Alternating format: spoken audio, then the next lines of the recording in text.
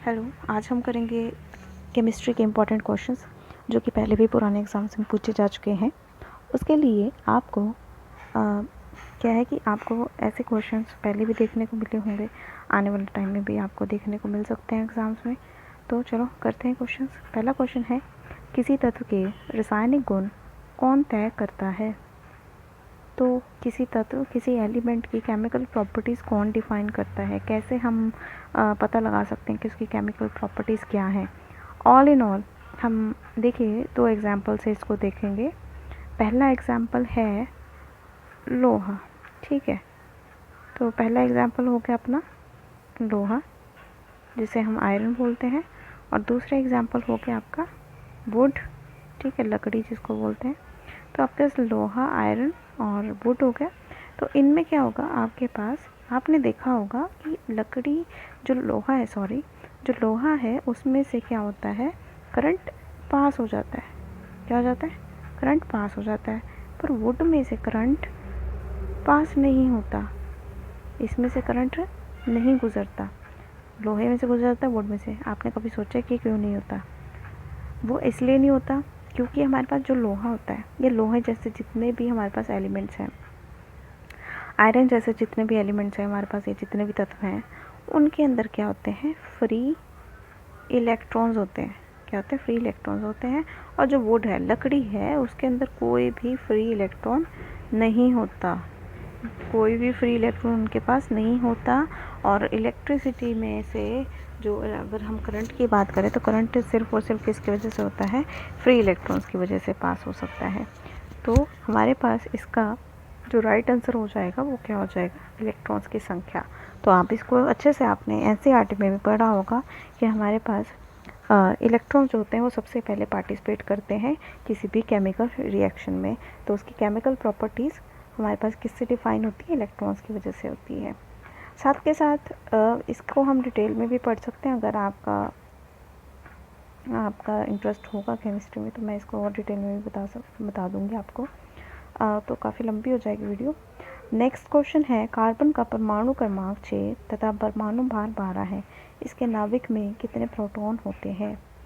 देखिए हमारे पास क्वेश्चन क्या है कि परमाणु क्रमांक मतलब उसका नंबर 6 है और उसका जो पूरा टोटल मास है, जो टोटल भार है वो 12 है। तो इसके नाभिक मतलब न्यूक्लियस में कितने प्रोटॉन होंगे? अब ये न्यूट्रॉन, प्रोटॉन और इलेक्ट्रॉन 3 होते हैं हमारे पास, 3 होते हैं एटम के अंदर, proton, electron and then neutron. Neutron जो होता है हमारे पास, उसके ऊपर कोई चार्ज नहीं होता है। तो ओवरऑल अगर हम बात करें परमाणु भार की, तो परमाणु भार जो होता है, एटॉमिक मास जिसे हम बोलते हैं, एटॉमिक मास जो होता है वो हमारे पास किसके इक्वल होता है? नंबर ऑफ प्रोटॉन मतलब positive charges plus number of neutron, ठीक है। तो हमारे पास जो पूरा भार है एटम का जो पूरा भार है वो किसकी वजह से होगा? प्रोटॉन की वजह से और न्यूट्रॉन्स की वजह से और प्रोटॉन की वजह से। इलेक्ट्रॉन की वजह से नहीं होगा क्योंकि इलेक्ट्रॉन्स बहुत ज़्यादा हल्के होते हैं। अब इन्होंने कहा कि इसके नाभिक में मतलब न्यूक्लियस में कितने प्रोटॉन होंगे। अब आपको सिर्फ ये याद रखना है कि एटम्स जो होते हैं, एटम्स के एटॉमिक नंबर जो होता है, एटॉमिक नंबर हमारा किसके इक्वल होता है? नंबर ऑफ इलेक्ट्रॉन्स के इक्वल। एटॉमिक नंबर हमारा इलेक्ट्रॉन के इक्वल होता है, एटॉमिक नंबर हमारा नंबर ऑफ इलेक्ट्रॉन के इक्वल होता है। तो एक एटम को न्यूट्रल रखने के लिए, न्यूट्रल मतलब कि वो जो है वो स्थिर रहे, ऐसा ना हो, स्टेबल रहे वो, ना तो उसके अंदर मतलब नेगेटिव चार्ज आए एटम के ऊपर, ना ही पॉजिटिव चार्ज आए।